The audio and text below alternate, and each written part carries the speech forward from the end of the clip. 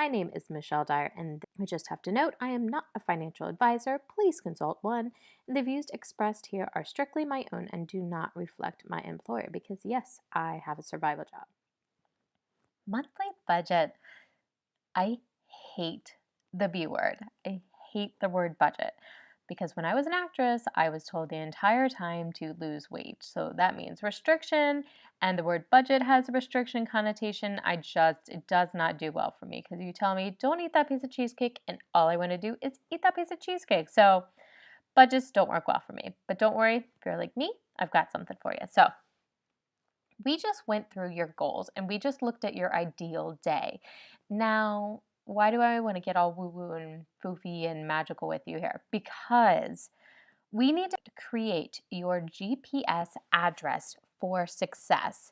Because if you go on a trip, you look at a map and you put in the GPS address so you know where to go. So you're not aimlessly wandering around the world, the streets, looking, where am I going? Where am I going? No, GPS address, people, we know where we need to go. We know exactly how much we want to spend for success. So go through that goal day and figure out how much it takes to live that lifestyle. If you know your dance classes are 20 bucks a pop, so then go through and estimate how many dance classes you want to take a week. How much is that going to cost? If you want to go get a Starbucks every morning, how much is your Starbucks? Write it up. So I want you to go next to that day and write in the margin of the paper each time that you are spending money on that day. If you want to go out to dinner with friends, great. Throw 30 to 50 bucks on that in the margin of that line item. Go through and every time that you spend an amount of money, put it in there.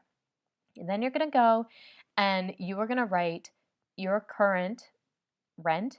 You are going to write out your current utilities. You're going to write out your estimated credit card bill. If you don't know, we can look at that.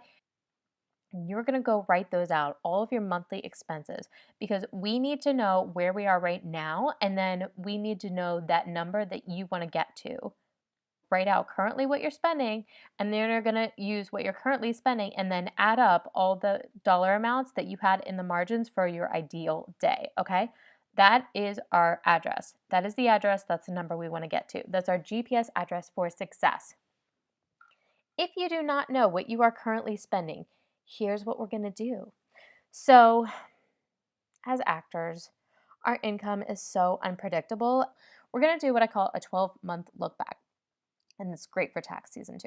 So, you're going to go and you're going to export all of your debits, credits, everything in every financial account. So, go to your credit card and export all of the past 12 months of transaction data. Go to your checking account. You're not going to do this for your savings or emergency funds, but you're going to go for your checking. Well, for me, it's my checking, my credit card. Those are the things I use the most. And you're going to export all that data for your checking account too for the 12 months. You're going to have two columns. You're going to have one big column of all the money that you spent, whether it was taking out money out of your ATM, checking account, and all of your credit card charges. And then you're going to have another column of all of the money that came in of your paychecks. So say column A is all your expenses. Hopefully, column B, what came in, was bigger than column A, what went out of your account. But if column A, what went out, is bigger than column B, what came in, we have a problem here. So this is current state of affairs.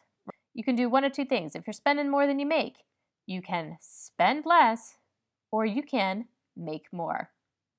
If you're like me and you're the budget person, you're like, oh my gosh, I have to spend less, restriction, like lights blinking. Well, there's another thing you can do. You can make more.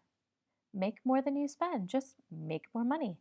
And that's another reason why I have survival jobs and side hustles, because there are things that you can do that are not 9 to 5, that do not interfere with your audition schedule and will not interfere with your career. So that is I will get off my soapbox. But if you are spending more than you make, you either spend less or make more.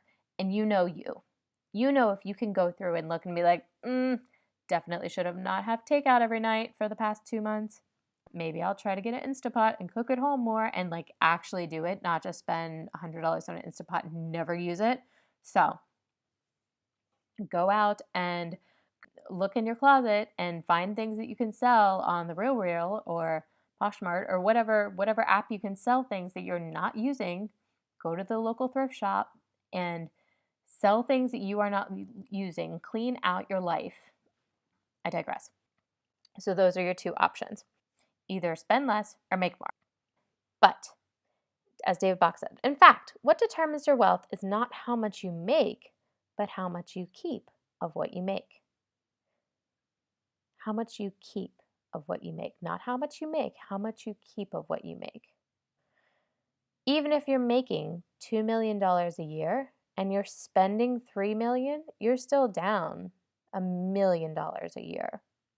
We've all heard of celebrities who are in financial ruin, who make millions and are in financial ruin now because they spent more than they make and they did not manage their money well, especially when you are making good money on the road and you are able to save. I know this was me. I was like, oh, it's fine if I have a little credit card debt now because I'm going to get that big job. That big job is just right around the corner. And then I'm going to pay off my credit card debt and da da da. What if that big job never comes? I never got a production contract, and that was the dream for me. So I was going to go on a production contract, and that was going to help wipe out all of my debt, and then I was going to save, and then I was going to buy that apartment in New York. That never happened. Remember that goal day? That's what I want you to have. I want you to get to that GPS address. So that's what we're going for. In fact, what determines your wealth is not how much you make, but how much you keep of what you make. So look at your past 12 months. What are you going to do? Are you going to budget and spend less or make more? And let's look at how we can do that.